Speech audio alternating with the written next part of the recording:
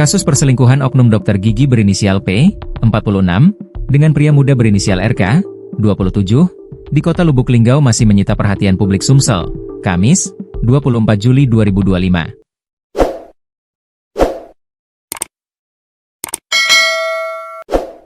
Yang mengejutkan, pria muda yang digerebek bersama Dr. P di kamar kos ternyata pernah direncanakan sebagai pendonor ginjal untuk suami sasang dokter, SW.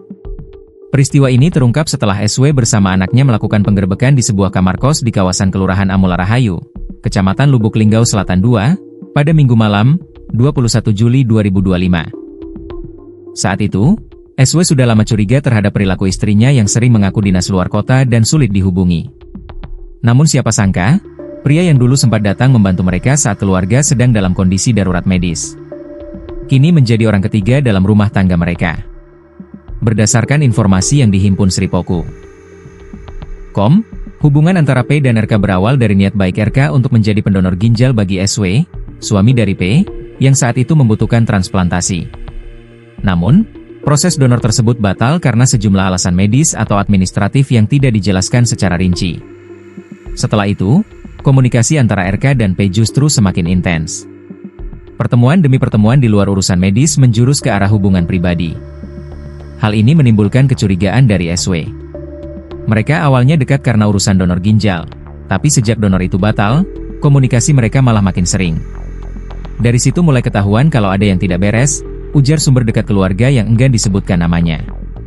Ternyata, penggerebekan pada Minggu malam itu bukan yang pertama.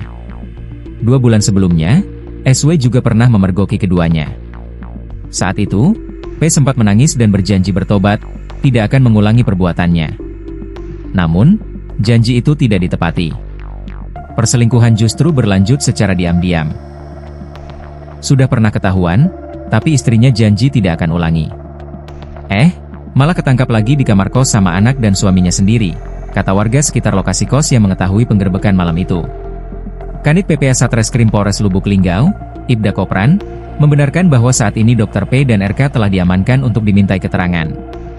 Sekarang masih dalam proses penyidikan.